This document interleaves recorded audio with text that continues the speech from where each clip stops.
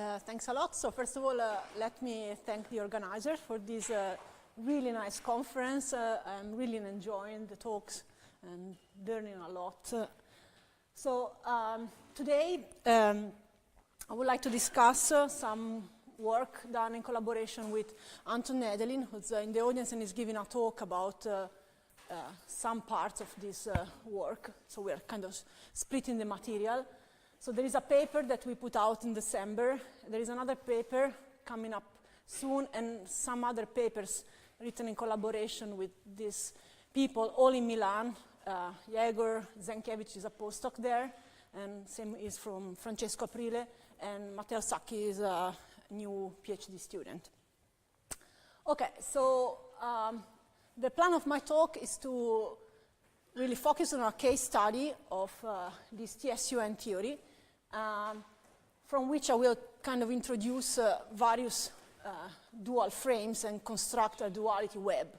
And as I think I'm fitting the theme of the conference, because on top of considering the dualities, I will also consider various deformations of these dualities. So we'll have a mother duality web and some daughter deformed duality web, which arise from the original one.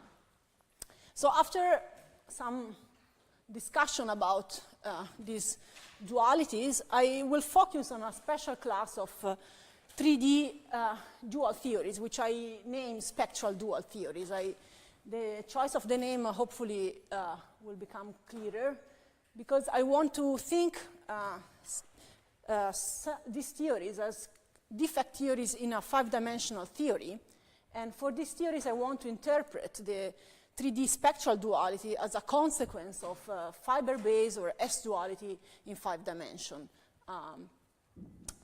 Then, in the last part of the talk, I will mention the relation between these defect theories, which are spectral dual, to QCFT blocks. So this is the part of the duality web which involves gauge QCFT correspondences, which will be actually discussed in more detail in Anton's talk. So let me quickly start with a very fast review about things that I need in the talk. So I will be discussing 3D n equal 2 or n equal 4 theories, as most of the speakers today. So just remind you that what are the fields? We have vector multiplets, adjoint chiral multiplets, chiral multiplets, and importantly, in 3 dimensions, you can also introduce this linear multiplets, which contains a real scalar as the lowest component.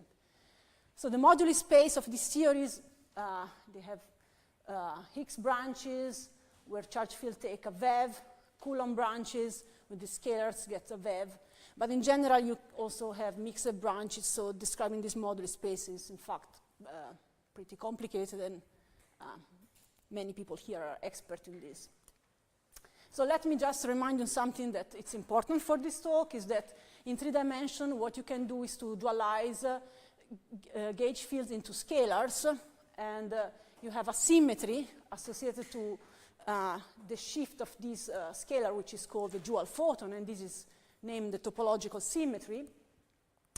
And you can define a set of operators which carry charge under these topological symmetries, which you can think of the combination of the real scalars and the dual photon and exponentiate this. So this is basically a set of good coordinates that parameterize the classical Coulomb branch, but when you take into account quantum corrections, in fact, most of these directions are lifted, and you are only left with a subset of these coordinates. Typically, for example, if you take UNC with n flavor, you typically are left with only 2 directions.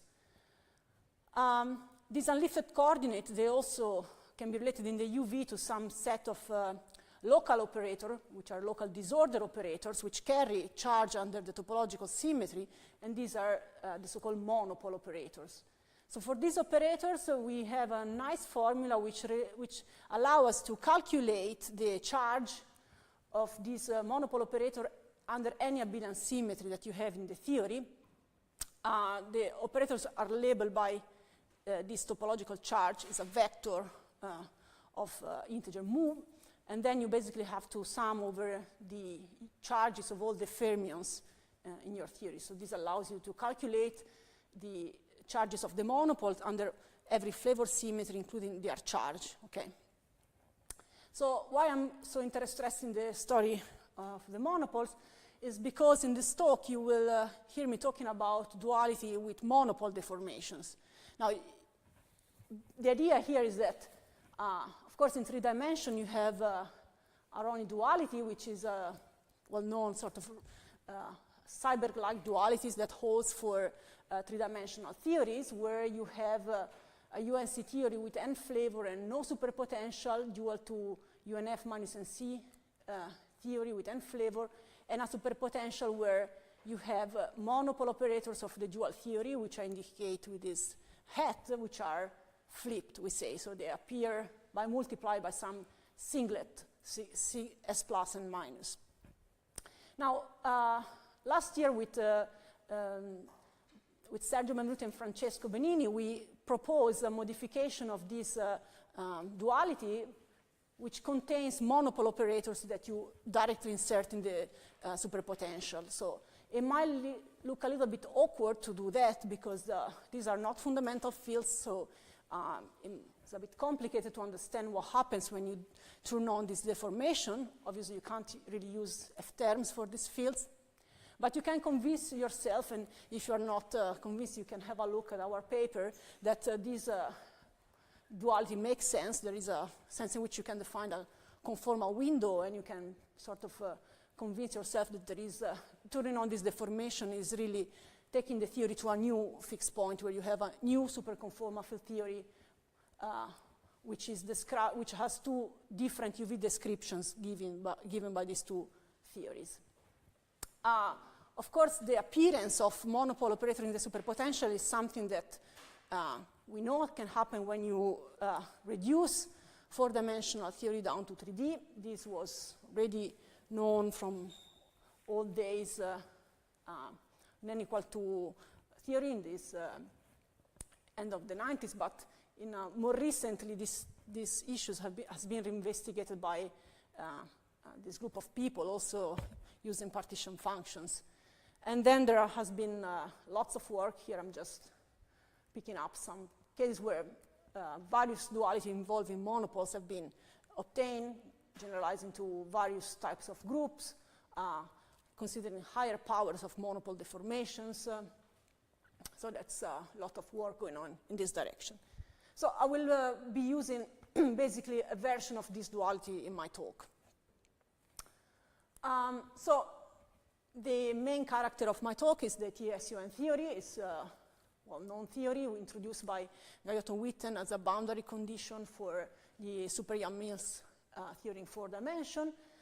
It's a quiver theory with gauge groups 1 to up to n minus 1. So the superpotential is this n equal 4 superpotential where you have a joint coupled to this. So I'm using this notation for the bifundamental fields, left and right nodes, and these are the indices in the left gauge group and right gauge groups. So the global symmetry of this theory is SUN times SUN. SUN is manifest on the, which rotates these flavors. SUN top is not manifest. You only see a U1 to n minus 1 topological symmetry for every link, so these gauge nodes are UN nodes. So for each node, there is a U1 topological symmetry. So this theory is well known to be invariant under mirror symmetry, so it's self-mirror, which is a symmetry which swaps Coulomb and Higgs branch. And in the following, we'll be considering all possible mass deformations for this theory. So we turn on masses in the 2 Cartans of the flavor and the topological symmetry, named MP and TP. And we also turn on another mass deformation, which is known as axial mass deformation, which is taken in as the anti-diagonal component of the U1s inside these 2 R symmetries, US to C and SU to H. So this deformation actually breaks the theory to what is called n equal to star. So we want to do this, in fact, for later, because in this case, this theory has isolated vacua, and there are n factorial of them. So in this theory, the gauge invariant operators, we have the meson operators. So this is, okay, in the notation in the previous slide, I should trace over the last node. Actually, this should be an n-1, sorry. But to use a lighter notation, I want to call the mesons as qi, q tilde j. If I assign r charge to r to the quarks, so this matrix has r charge to r, the meson matrix, and then you can construct a matrix which contains the trace of the adjoints at each node, and of diagonal you have monopole operators, and these indices up here are the topological charges under every gauge group. So M1, 0, 0 is the monopole with topological charge 1 under the first gauge group, and 0 for all the other gauge groups. So this TSUN theory is known to have a mirror dual, which is the same theory. I indicated as TSUN check. So it's the same, really, theory, where you have in the Higgs branch, again, you can construct a monopole meson matrix with dimension 2 minus 2r, because now you want to assign charge 1 minus r to the dual quarks. And you have a monopole matrix of charge 2r. So here the operator map is very simple. You have that the mesons of the electric theory are mapping to the monopole of the dual theory, and vice versa. Now, a sophisticated check of this duality can be done studying, for example, partition functions of these theories. For example, you can study the S3 partition function, which is a function of these real mass deformations. And to prove, basically, that the theory is invariant under mirror symmetry at the level of partition function means that you have to show that this complicated integral for the partition function has to be invariant if you swap the real mass deformations for the flavor symmetry and topological symmetry, and you invert the sign of this axial mass. So how you prove it? Well, this is some very nice work that has been done by these people here, where they observe that you can define a set of difference operators for which this partition function, the TSUN partition function, is an eigenfunction. And so this turned out to be the Hamiltonian of some integrable system. And the properties of this difference operator are such that, in fact, you have two difference operators that act on this partition function, where you have functions of the mass and the axial mass and an eigenvalue that depends on the Fi parameters, and vice versa. So studying the properties of this difference operator, you can actually infer that indeed the partition function of the TSUN theory satisfy this relation. So this provides you very neat evidence of mirror symmetry, if you want. Now, there is another observation that you can do from their work, is that if you look at this differential operator, this Hamiltonian, they have a nice property that if you conjugate them with a matrix K in the adjoint, which is basically how n squared chiral in an adjoint of SUN would contribute to the S3 partition function. So if you conjugate the Hamiltonian with this matrix K, then you are actually flipping the sign of this axial mass. So then, by the same logic, you can derive another identity which is telling you that if you have the partition function of TSUN and you multiply by these two matrices of singlets in the adjoint, then you are inverting the sign of this axial mass parameter. So from this identity, knowing this identity, we start suspecting that there is actually a duality behind. And the proposal is that, indeed, yes, we can define a new dual frame for TSUN, which we call flip-flip TSUN. So what is this name? So the name means that we are actually taking TSUN and we are deforming the theory by adding to the superpotential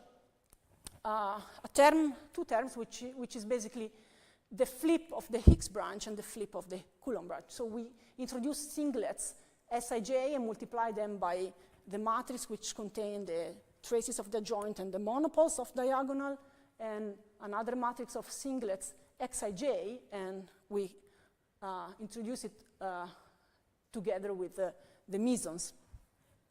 So this theory we baptize flip-flip TSUN. So what are the operators in this theory? Well, simply you replace the mesons with these flipping fields Xij and the monopole with the flipping fields Sij. So the operator map between the TSUN and the flip-flip TSUN really tells you that you should replace the meson with some flipping fields Xij and the monopole with this flipping field Sij. So we claim that this is a sort of a generalized version of the Aroni duality for the quiver. In fact, if you take the case in which TSUN reduces to U1 with two flavor, indeed this is what the Aroni does, the Aroni duality. You remember that when you do the Aroni duality, you add to the superpotential the flipping of the monopole and the flipping of the mesons. So you can define a flip version also on the mirror side. So you want to take the mirror dual TSUN and do the same, that is flip the monopole matrix, which now I call Nij, and the mesons in terms of singlets Rij and Yij, and the map of operator it's going to be the same. So to recap, I can now construct a web where I have the TSUN theory and its mirror dual. Here in blue, I'm writing the matrix of the mesons, parameterizing the Higgs branch, and the matrix of the monopoles, parameterizing the Coulomb branch. So as we said before, in mirror symmetry, you are swapping mesons operator with monopole operators, and monopole operators of the electric theory with the mesonic operator of the dual theory. But then on these vertical lines, we have this flip-flip theory where you're mapping the mesonic operator to some flipping fields and the monopole operator to some other flipping fields. So that's how the map goes. Okay, so this is going to be my starting point, so my starting duality web. And what I'm going to do next is to consider deformations of this duality web. Because the idea is that now if I turn on various types of deformation on one corner of this duality, then I can see what happens on every other corner and come up with some other web of duality, which is going to be produce really a plethora of new dualities. So the starting point is going to be the TSUN theory, and the strategy is going to be to turn on some monopole operator in the superpotential and to produce what is called a sequential confinement. So what is this story?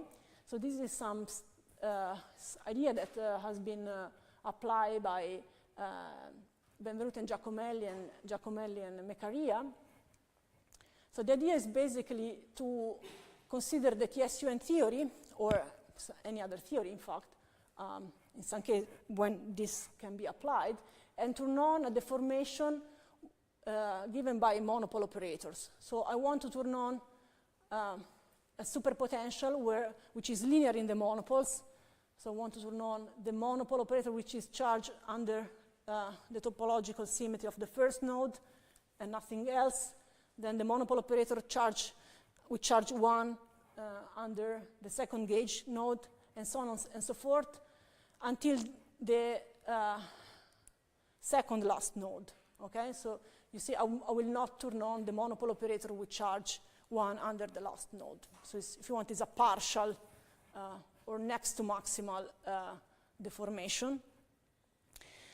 So once you turn on this deformation, the idea is to use this duality with a single monopole in the superpotential that I mentioned at the beginning.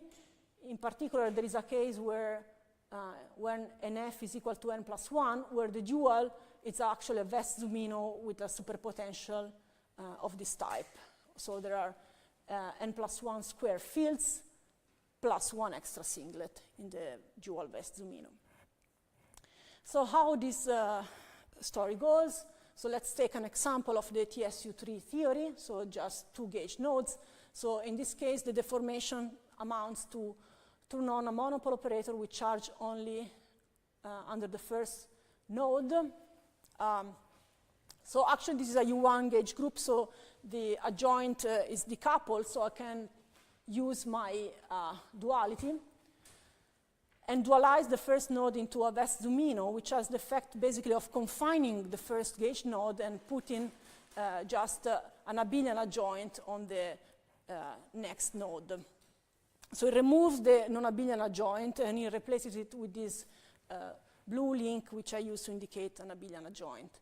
So the steps are actually a bit long, but so here I'm just giving you the end result. So if you do this confinement of the first node due to a monopole superpotential, you end up with a shorter quiver, and the superpotential involves an abelian adjoint and some other singlet coupled to traces of powers of the meson matrix.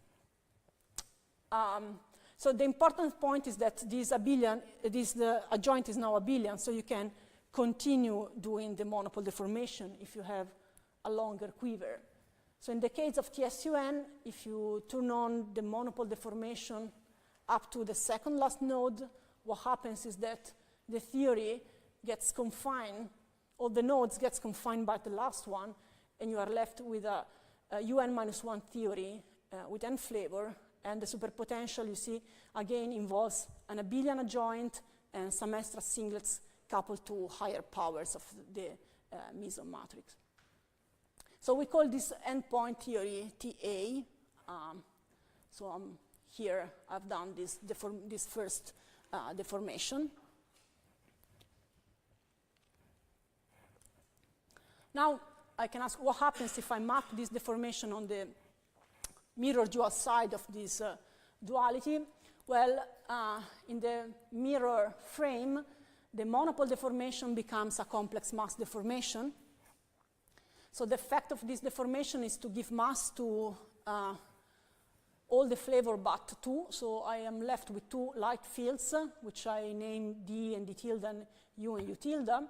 So then the result is a theory which is a tail, which the usual TSUN superpotential, but at the end I have only 2 flavors. One of the 2 flavors has this funny superpotential coupling with higher powers of this adjoint. This is a consequence if you start solving F terms and you plug back. Sorry? Yes, and there is no issue with the stability as well, because it's a next to max deformation. If you went to, so if you did a complete confinement, there could be some issue with the stability, but here we are safe. Okay. Then I can ask what happens if I map the deformation. So I've done the complex deformation, so now I can ask what happens if you sit here in this mirror of the flip version of the mirror TSUN, so you can follow what happens to the deformation. Well, now it means that in the flip TSUN check, which is, okay, let me write the superpotential. So this is a TSUN theory where you flip the Higgs branch and the Coulomb branch. The monopole deformation now becomes this term in this deformation in terms of the singlets. So clearly, if you use the F terms for this Yij, you give a vev to the mesons in TSUN. It's a vev which is can be written in terms of a Jordan matrix. So it's a matrix which once above the diagonal of dimension n-1 times n-1 times a little bit, which is an identity 1 times 1. So this is what is called a next to max nilpotent VEV. So you have a VEV for the flavors, but then if you use the F-term of the F-joints, you see that this VEV is actually propagating in the tail, giving a VEV to all the bifundamentals. And if you are careful and you also check F-terms for bifundamental and D-terms, actually you see that also the adjoint has to take some VEV. At this point, once you solve for all this VEV, you are ready to study the super Higgs mechanism. So there was some work by various people in this business of doing this nilpotent VEVs on tails, on quivers. So we did this, and at least for various values of n, we did it in a computer, so it was kind of painful. However, what we can show is that this quiver, because of this nilpotent VEV, becomes an abelian quiver. So you can check pretty easily that what are the generators which are annihilated by, which generator annihilate the VEV. And you can see that basically these gauge groups are all broken to U1 groups. It's harder to check what happens, what are the remaining massless fields, but with some work, we convince ourselves that the remaining theory after this Higgsian is this abelian quiver with some extra singlets and a complicated superpotential, which I'm going to write in a moment. So this was really a brute force computation of a mass matrix and super Higgs mechanism triggered by this nilpotent VEV. Okay, so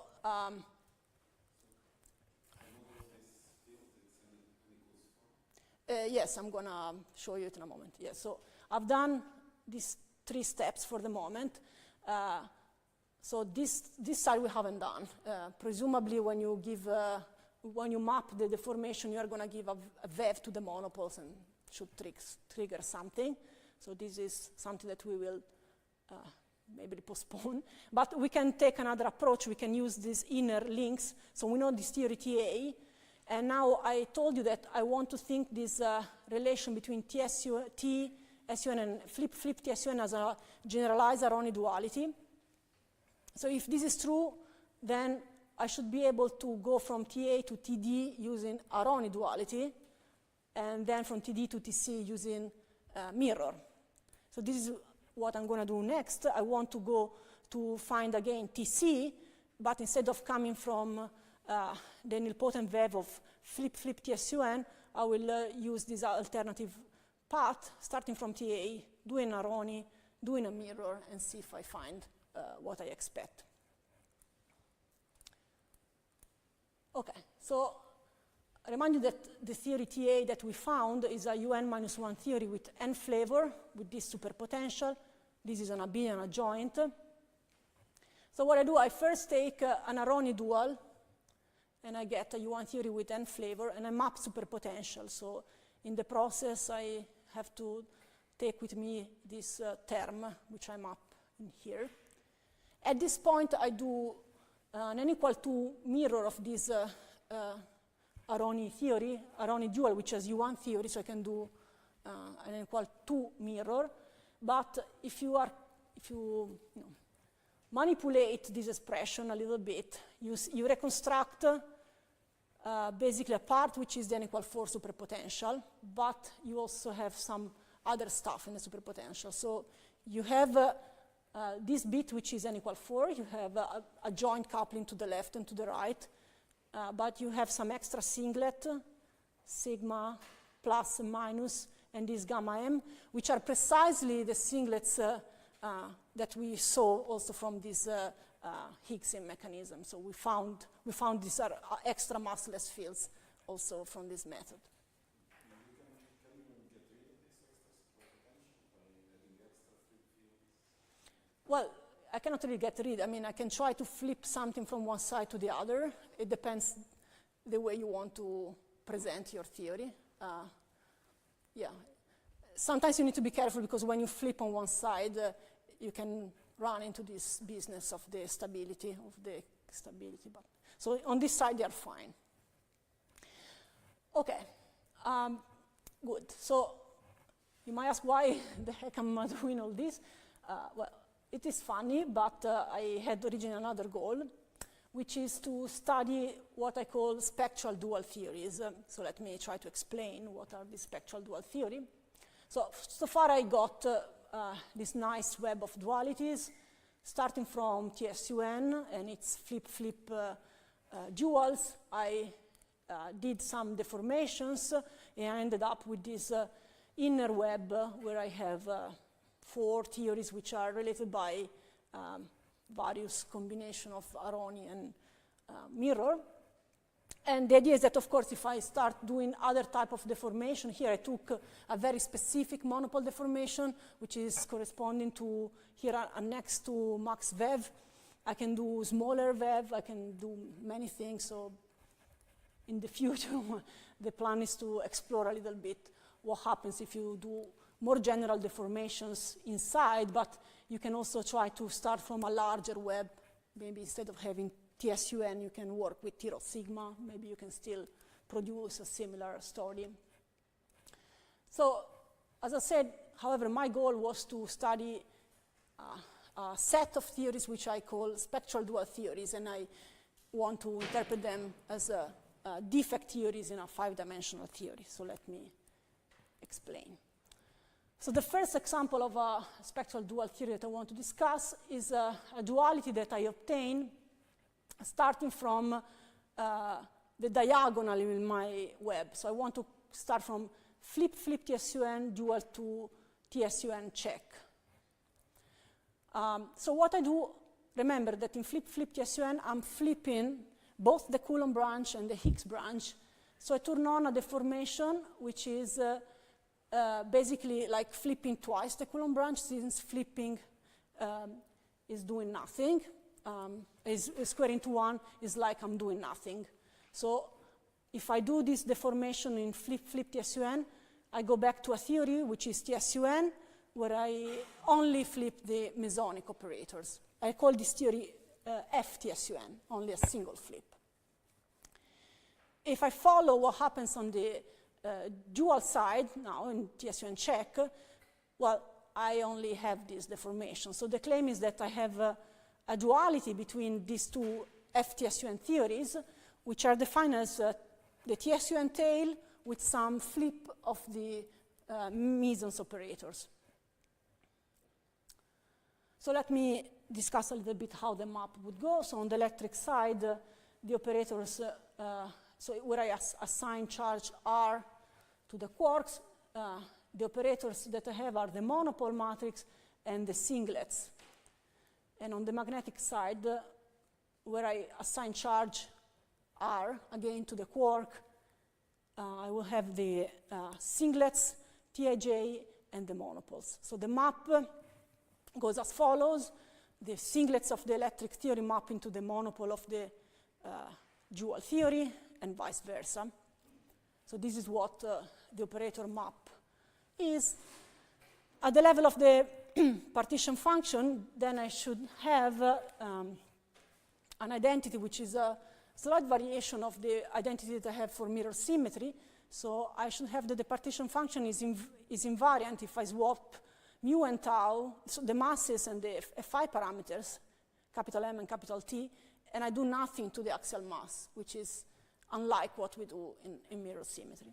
And this, again, is something that we can show using these difference operators that were kindly provided by Math and friends. And so, in particular, the partition function of the flip TSUN theory is just the partition function of the TSUN theory multiplied by the contribution of the singlets that flip the mesons operators. Okay, so there is a Bern interpretation in this story because the TSUN theory describes D3 branes suspended between NS and D5 prime. Now, the claim is that when you add these terms in the superpotential, so the flip of the mesons, this is described in a setup with NS5 and D5 prime branes. So this is the low energy description of this setup is the theory that I'm calling flip TSUN. Notice that both theories are self-dual. However, this flip TSUN theory refers to this n equal 2 setup. Now, my point is that once I'm working with ns and d5 prime, then I can think that this ns and d5 prime can web, form a PQ web, which supports some 5D n equal 1 theory. And now I want to think my FTSUN theory as a defect theory that lives as a codimension 2 defect theory inside a 5-dimensional theory. So that's what I'm going to do next. What do you mean by d5 prime? So 2 common direction between ns and d5 prime. So they can web. So it's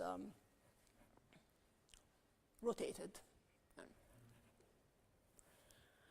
Okay.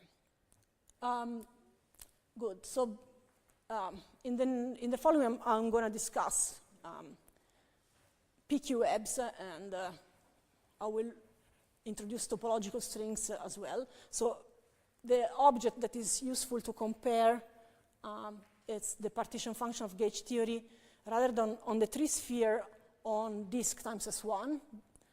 So I'm going to quickly introduce this. It will appear, this partition function, also in Anton's talk, because it provides a direct connection to the CFT story.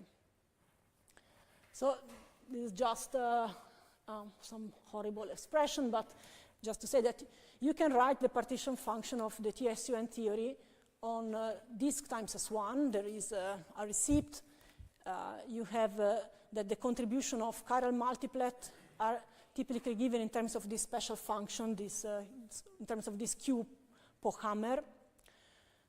In this expression, you have the one-loop contribution of bifundamental fields, which is this central part of the gauge group and of the flavors at the end of the quiver.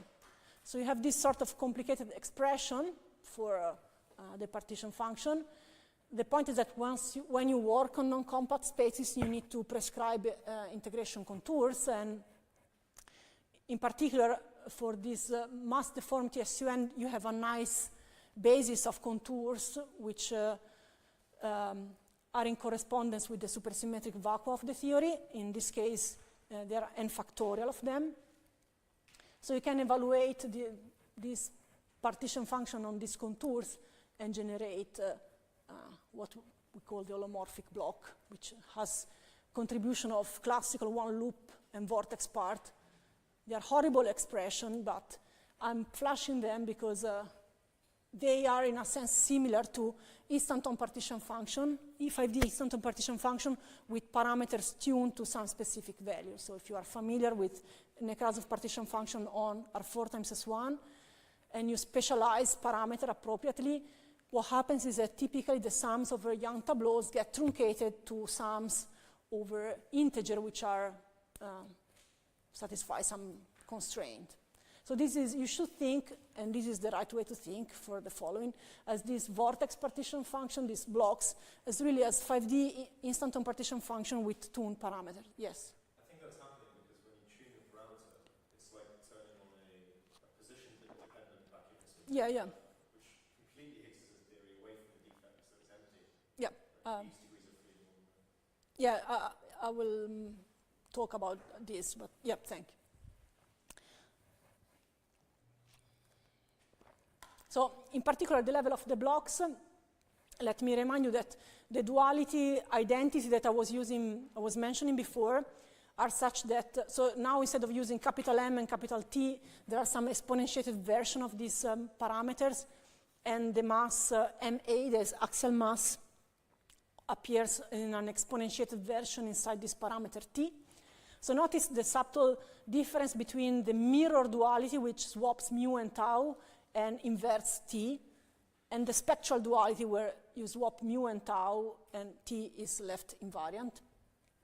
So these are different theories, as I mentioned. TSUN and FTSUN are different, and they have different duality, self-duality relations. So now I want to think, indeed, this flip TSUN theory really as a defect in a larger 5-dimensional theory, which is a theory which is engineered by n and s5 brain and n d5 prime brains. So it's a quiver SUN to the n minus 1 with n fundamentals on both sides. So there are three perspectives that you can use there. In this context, they are closely related. One is the Higgs prescription, which is precisely what Matt was saying. So if you start from the partition function, the instanton partition function of this 5D theory, and you tune parameters, you are sort of triggering an RG flow, which leaves you typically to a coupled system of a defect theory and a coupled to the bulk theory.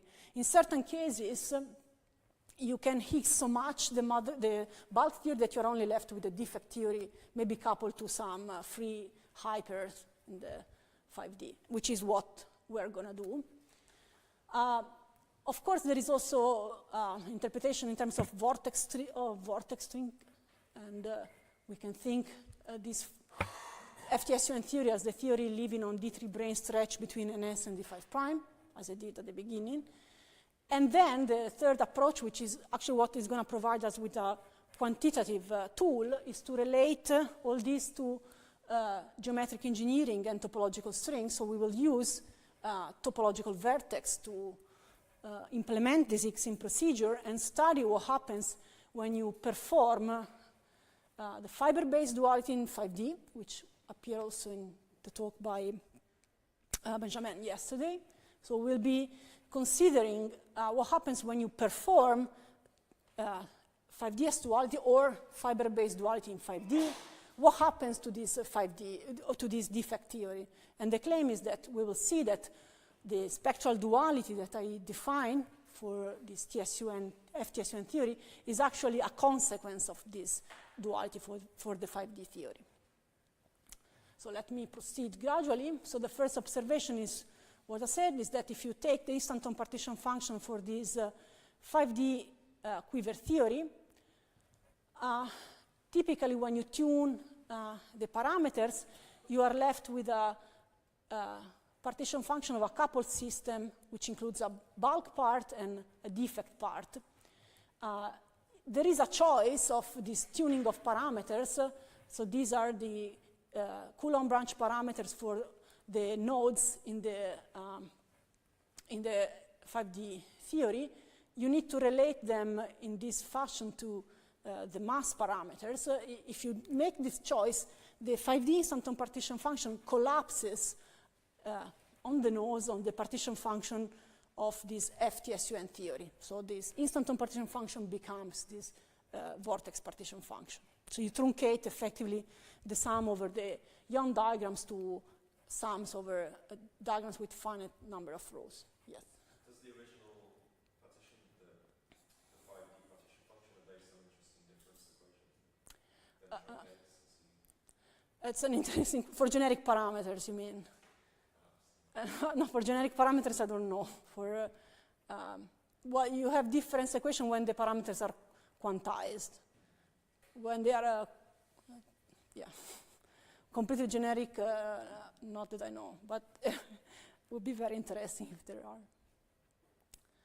Okay, so second interpretation is in terms of brains. This is also what I was mentioning before. So here is a cartoon, so you can think of your 5D theory with D5 brains and NS5, D5 prime, so these are D5 prime brains and NS5 brains. When you can start going to the Higgs branch and removing NS brains from your web and stretch D3 brains between them, and then you can realign these brains and read out what is the quiver theory that you have in 3 dimensions. This is really the FTSUN theory that I'm discussing. This is a cartoon.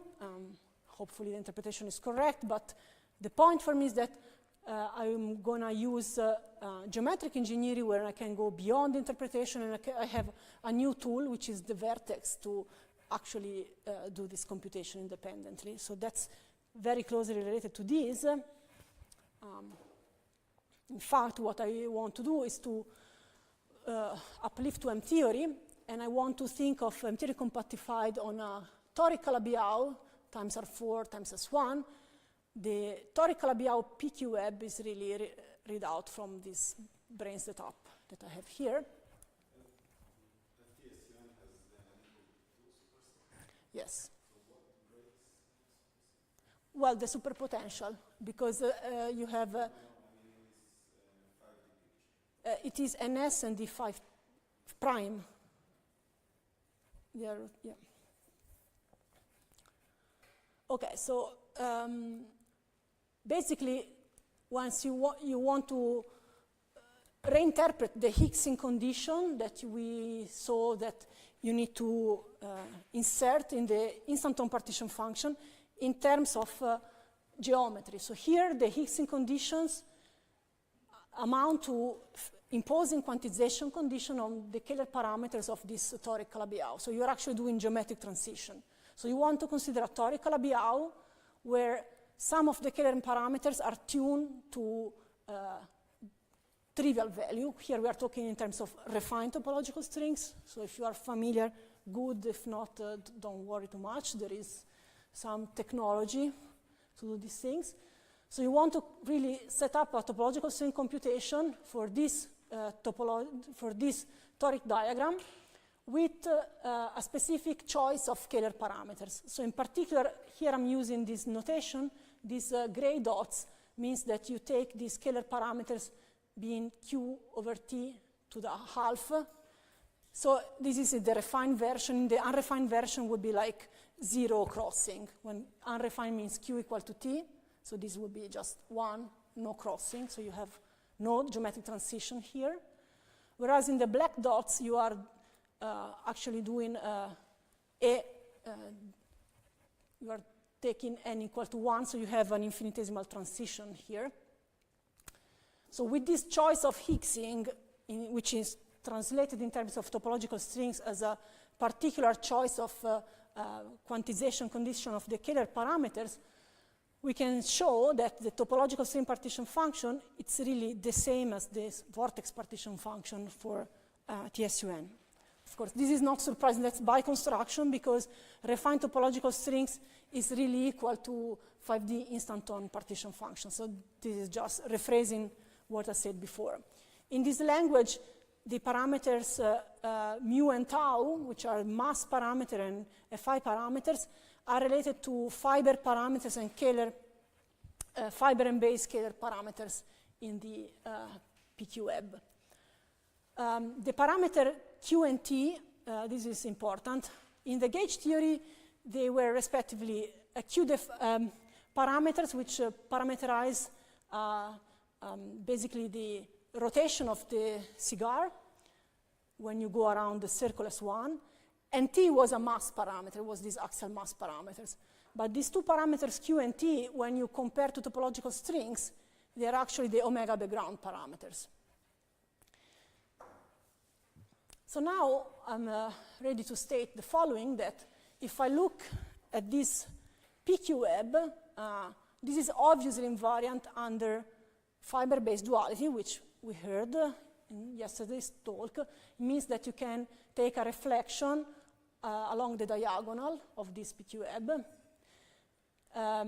And the point is that this toric diagram is invariant. It's invariant before and after the Higgsing, because the Higgsing that I'm choosing actually respects this duality, this fiber-based duality. So if I take the topological strings on this Higgs-Calabi-Yau, then the fiber-based duality will tell me that this is invariant if I swap mu and tau, which are the fiber and base Kähler parameters. But then you see that this is precisely the same relation that I have for the partition function of the flipped TSUN theories. And crucially, you see that it's important that the parameter T, which is this axial mass, is not flipped, because in this context, this is just a parameter for the omega background. It does not have to flip, which is what happens when you have mirror symmetry. So the bottom line of all this construction is that the self-duality for this flipped TSUN theory, it's really a consequence of fiber-based duality in 5D. So this is a class of theories that you can really think as defect, and their duality in 3D really follows from the duality of the mother theory. And so the idea is then, this is just the first example, but we can generate many theories that have this property. So this is another example. So coming back to this fancy web of duality that I had before, so let me quickly go back. So remember that I constructed for you this web of duality and the form web of duality. Then I start focusing on the diagonal. So focusing on flip TSUN and TSUN, I constructed the spectral pair, which is flip TSUN and flip TSUN check. Now, starting from this pair, TD and TB, I can construct another spectral dual pair. Okay, so this is the TD theory and TB theory, which are part of my duality web. If I perform some flip, I can find this duality, which I claim describe this set of these two brain setups. So on one side, I have a U1 theory with n flavors. I'm not writing superpotential because I wrote them before, and after flip, they get a little bit modified. So this is U1 theory with n flavors and some flip of the flavors of the mesons. So this describes this setup here, okay. On the other side, I mean, if you perform type 2BS duality on this setup, you find this configuration, which indeed suggests this gauge group description. So on this side, you have an n=4 like setup. Indeed, you get the TSUN tail. But the last part is different. You are left only with two flavors, and the superpotential, which I'm not writing, is pretty intricate, and you have various singlets, which should describe the motions of the D3 and this between this NS5 and D5.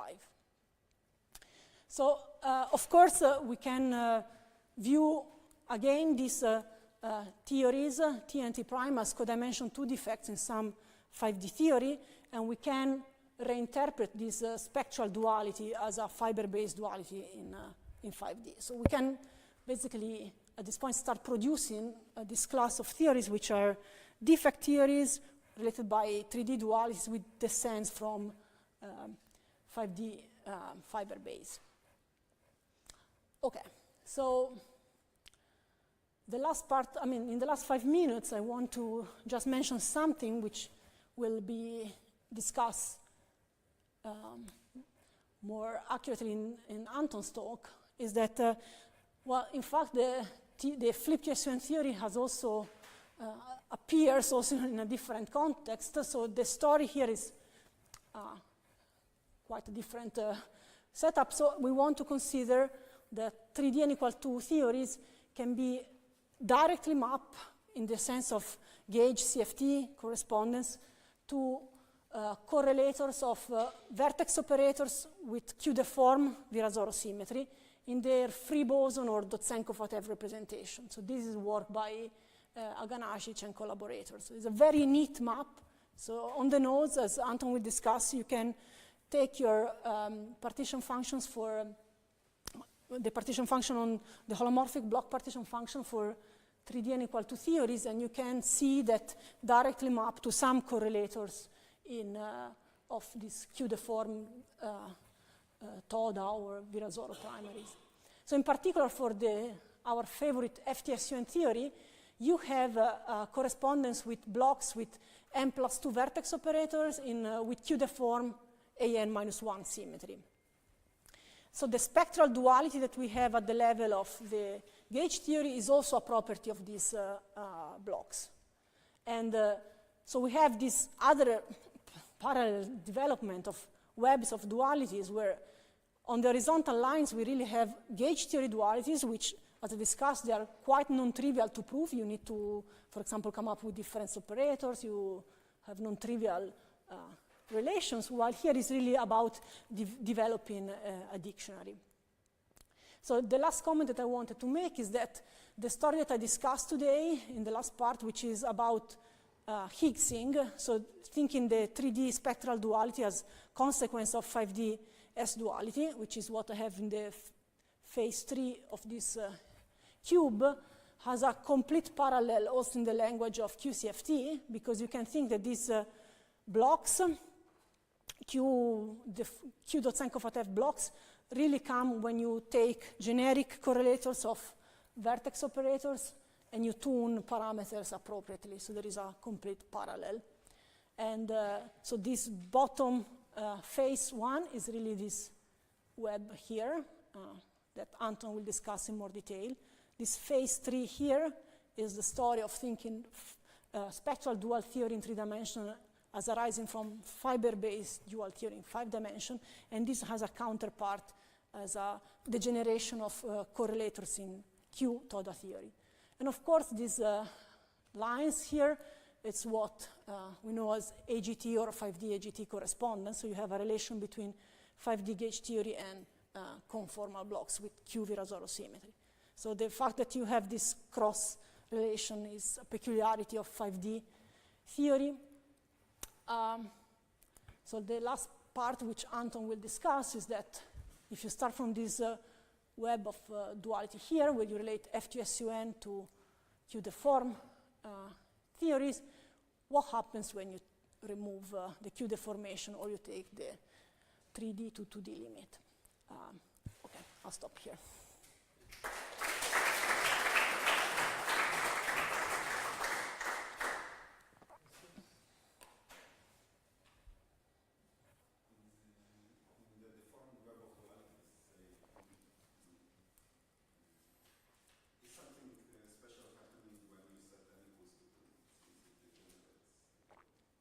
So n equal to 2, so n equal to 2, I think, so already up here, I think when n equal to 2, you have this enhancement that was discussed by Benini and Benvenuti. I think they have the U1 theory with 2 flavors. If you combine Aroni and mirror, you can argue that there is an enhanced symmetry, in fact. And if you, yes. I don't remember, in fact, but I think if you combine Aroni plus mirror. Here, so you want to put n equal to 2 here, and then... so the upper theory on the left and the bottom look almost the same on these joints.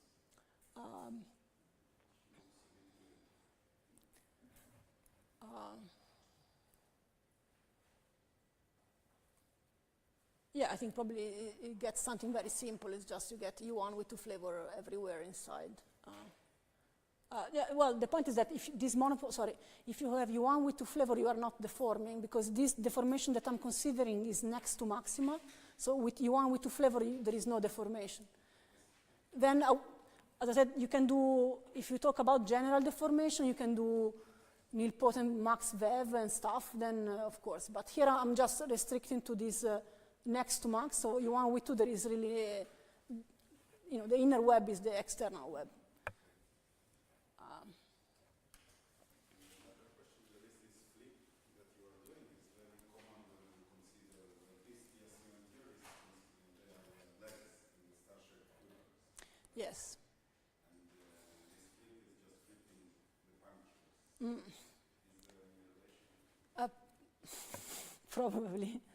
But yeah, I think this is one of the way we ended up discussing these issues, so revolving around the same questions. Any other question? I have a question about Bern setup. Mm-hmm. How do we realize a singular prism in a Bern setup? So I think they described the motion of the broken D3 between this D5 prime. So I think if you count, you have exactly n square modes. Yeah, but I'm asking a singular Ah, you mean in the okay, no, this I don't know. I mean, the point is that this is for ns T5 prime, and I'm flipping the mesons. So the idea is that if you start from the n equal 4 setup, it seems that turning on this deformation is rotating the D5 into D5 prime. Presumably, turning on the monopole deformation is rotating the ns into ns prime. Presumably, if you turn them both, you are doing nothing. You are rotating rigidly the setup to ns prime d5 prime, which is what we have in this flip-flip. So I think this type of coupling for this setup is known since the 90s. I mean, you can correct me. But I think the term which couples the monopole to the singlets, I don't know. It seems by consistency that if you rotate in one direction, the other one has to be this one, but I don't see it from the brains. But I don't see many things from the brains, but maybe. Yeah. You're mentioning the spectral duality in the QD4 here, so I don't know what's this spectral duality. Is it something very non-trivial? So the spectral duality for the Q blocks is a property of Q Toda theories that tells you that an n-2 point correlator in Toda n plus 2 points in Toda am-1 is dual to n plus 2 points in Toda am-1. And this is true only in Q Toda. When you send Q to 1, this property is lost. It's like precisely the relation between un to the m-1 is like S-duality in 5D. Well, it is very non-trivial, but I'm not sure to what extent it's independent from the 5D. Yeah.